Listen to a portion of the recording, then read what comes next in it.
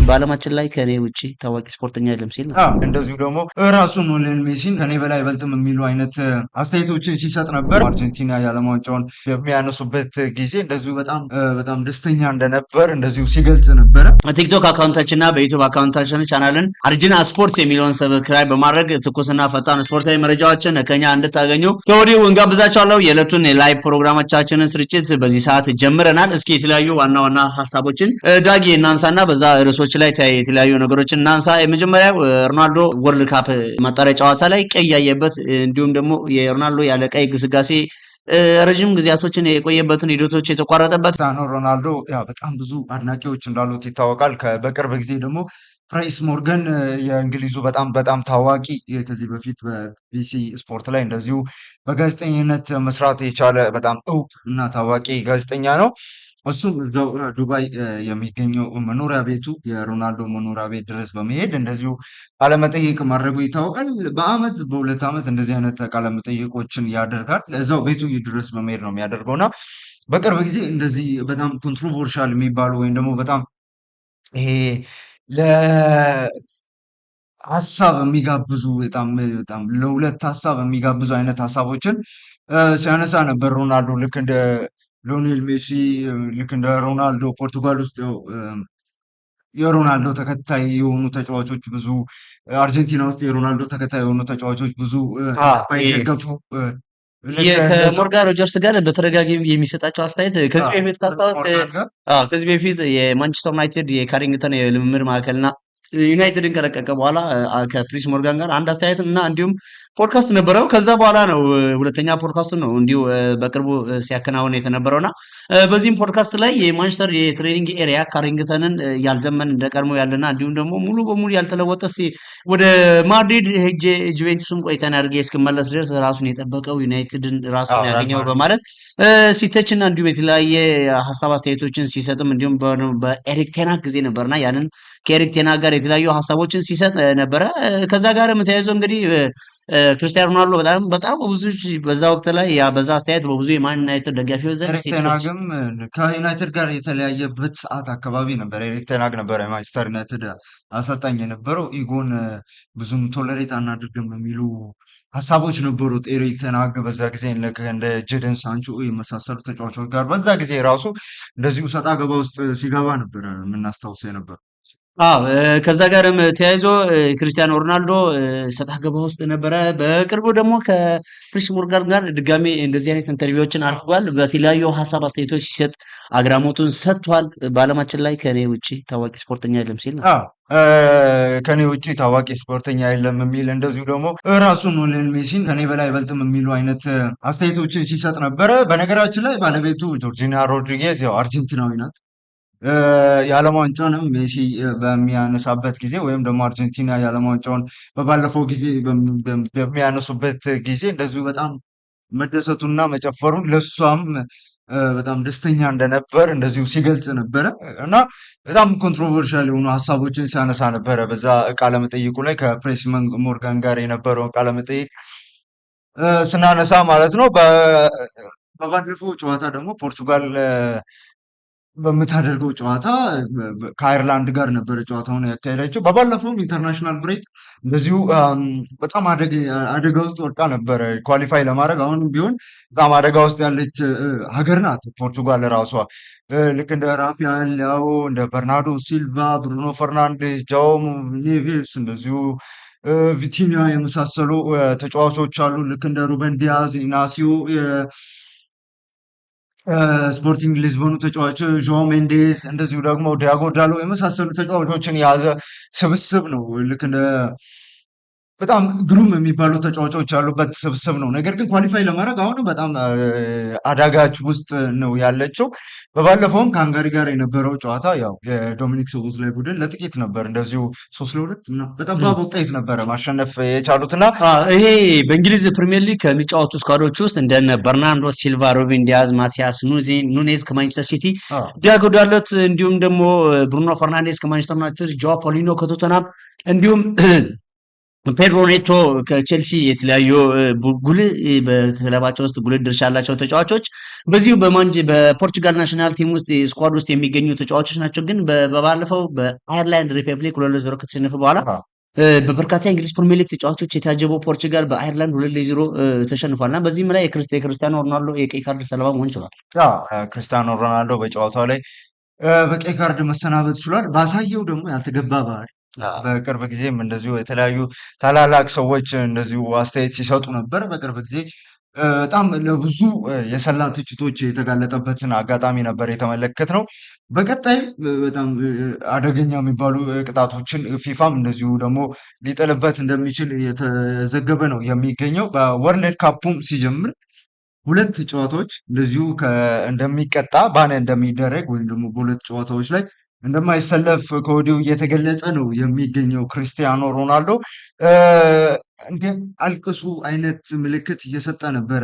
ብዙ ጊዜ ተጫዋቾች ተጋጣሚ ቡድኖች ያልተገባ ወይም ደግሞ ፌር ያልሆነ አጨዋወት መንገድን ሲከተሉ አልቅሱ የሚል አይነት ምልክት ወይም ደግሞ እጃቸውን አይናቸው አጠገብ አድርገው እንደ ማብሸቅ ያደርጋሉ እና ልክ እንደዚህ አይነት ምልክት እያሳየ ነው እየነበረ የወጣው። ኢጎ በጣም ትልቅ የሆነ አይነት ተጫዋች እንደሆነ ይታወቃል።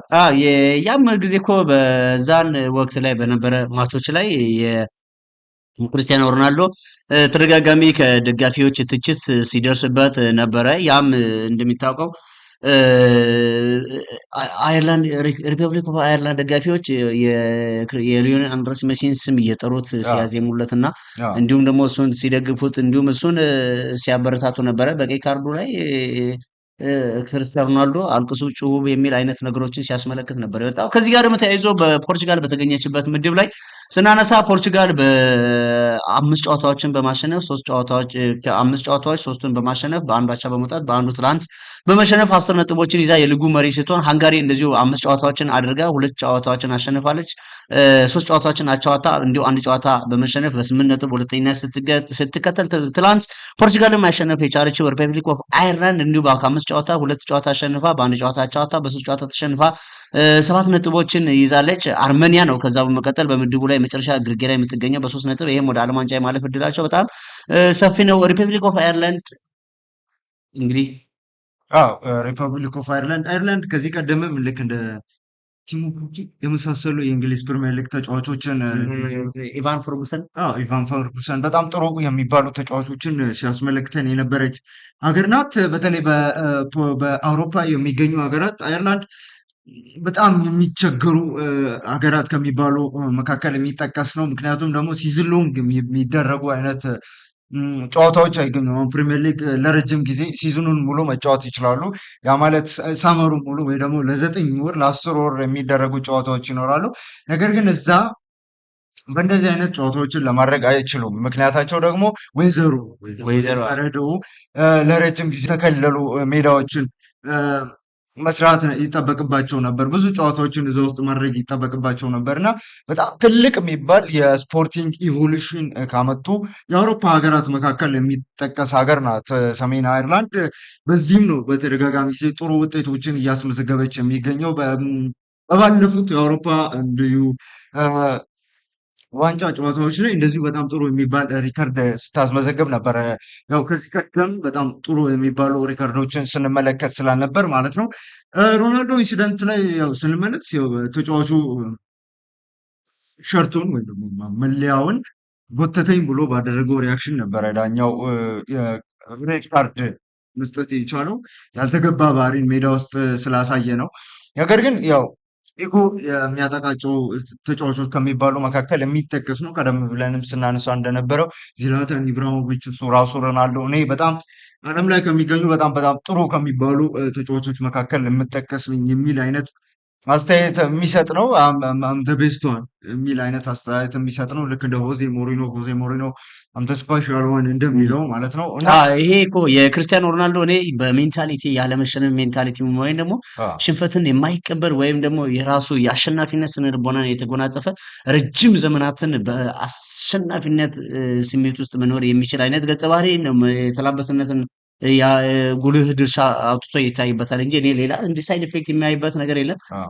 በተደጋጋሚ ከሚሰጣቸው ሀሳብ አስተያየቶች ክርስቲያኖ ሮናልዶ ትችቶችን በተደጋጋሚ ቦታ ከመድረስም ባሻገር ይሄ ያልሽን ባይነቱ ለብዙ ተጫዋቾች የማሸነፍ ሜንታሊቲ ስነ ልቦና ነው የሚሆነው። በቅርብ ጊዜም በታላላቅ ተጫዋቾች ይህንኑ ሀሳብ አንስተው ሲያወድሱት ነበር።